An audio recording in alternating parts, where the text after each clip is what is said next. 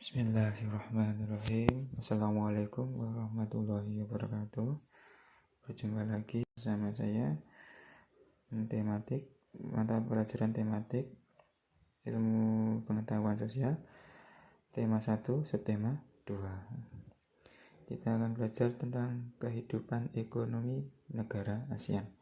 Kegiatan ekonomi yang dilakukan oleh negara ASEAN secara umum sama. Namun, masing-masing negara memiliki ciri khas tersendiri tergantung pada kondisi geografis wilayahnya. Kita lihat Indonesia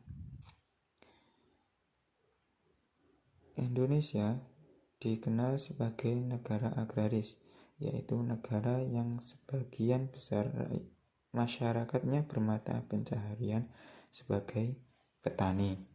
Namun begitu, bukan berarti masyarakat Indonesia tidak melakukan kegiatan ekonomi lain. Kegiatan industri, jasa, perdagangan, pertambangan, dan perikanan dapat ditemukan di Indonesia. Wilayah Indonesia juga dikenal memiliki sumber daya alam yang melimpah, sumber daya alam, sumber daya tambang, maupun sumber daya kelautan. Indonesia pun dikenal sebagai negara pengekspor timah, tambang, besi, gas alam, nikel, ikan tuna, udang, teh, kopi, dan kelapa sawit. Itu untuk Indonesia. Selanjutnya kita ke Singapura. Kegiatan ekonomi Singapura sedikit berbeda dengan negara-negara ASEAN lainnya. Singapura tidak melakukan kegiatan pertambangan dan pertanian karena terbatasnya wilayah yang dimiliki. Meski begitu, Singapura merupakan negara yang maju di bidang industri, perdagangan, dan jasa. Singapura mengekspor mesin, alat transportasi, alat elektronik, dan barang konsumsi. Singapura merupakan negara paling maju di kawasan Asia Tenggara. Selanjutnya, Malaysia. Mayoritas penduduk Malaysia bekerja sebagai petani. Hasil utamanya adalah padi, kelapa, sayuran, tebu, kakao, kelapa sawit, dan karet. Karet merupakan komoditas ekspor andalan Malaysia. Selain pertanian, penduduk Malaysia juga melakukan kegiatan industri, pertambangan, dan kehutanan. Malaysia merupakan salah satu negara pengekspor timah terbesar di dunia.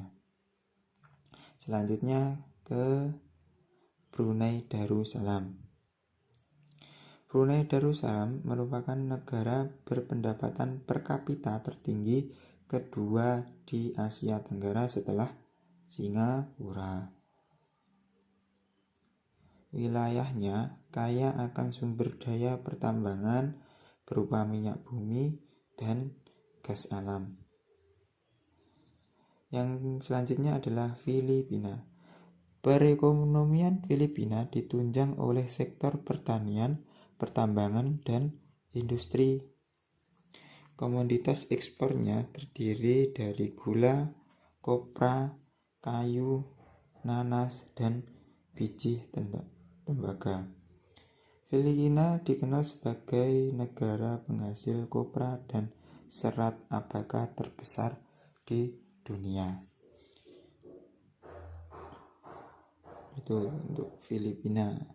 Selanjutnya kita ke Vietnam. Mayoritas penduduk Vietnam bekerja sebagai petani dengan hasil utamanya adalah padi. Selain itu, ada pula kegiatan perkebunan, industri, dan pertambangan. Kegiatan industri Vietnam menghasilkan tekstil, semen, pupuk, kaca, dan ban. Sedangkan pertambangannya menghasilkan emas, biji besi, timah, gamping, fosfat, tungsten, dan seng.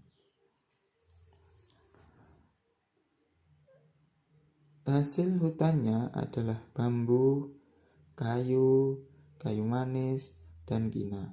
Bidang pariwisata dan jasa mendukung perkembangan di negara Vietnam. Yang ketujuh adalah Laos. Seperti Vietnam, Laos juga mengandalkan kegiatan pertanian. Hasil utamanya adalah padi, kopi, kapas, dan jagung. Sumber daya tambang di Laos sangat sedikit sehingga tidak dapat diandalkan. Selanjutnya ke Kamboja. Lembah Sungai Mekong yang subur dimanfaatkan penduduk Kamboja untuk bertani. Hasil utamanya adalah padi dan jagung.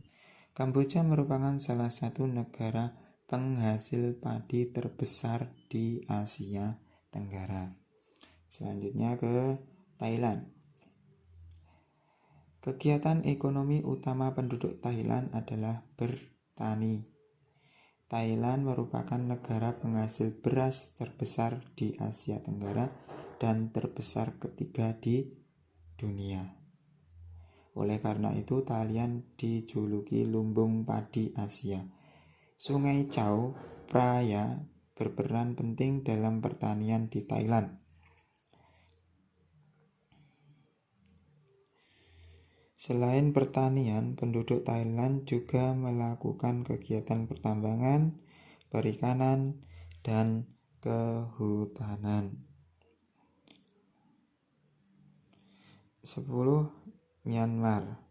Perekonomian Myanmar bertumbuh pada kegiatan pertanian yang berpusat di lembah sungai Irrawaddy dan Salween, dengan hasil utamanya adalah padi. Myanmar termasuk salah satu penghasil padi terbesar di Asia Tenggara. Myanmar terkenal dengan hasil ukiran kayu, pemintalan sutra, dan permata. Itu tadi untuk pembahasan kita hari ini tentang kehidupan ekonomi negara ASEAN. Semoga bermanfaat. Apabila ada kurangnya, saya mohon maaf. Akhiran, assalamualaikum warahmatullahi wabarakatuh.